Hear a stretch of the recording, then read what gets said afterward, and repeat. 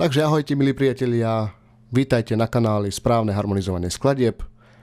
Tentokrát som si pre vás pripravil skladbu Ona ľúbi pomaranče, kde ma napadla krásna myšlienka v refréne a chcel by som sa s vami podeliť o túto myšlienku. Možno sa to niekomu nebude páčiť, niekomu možno áno, je to na vás, o tomto je tento kanál, aby si bral príklad, kto chce a komu sa to páči samozrejme.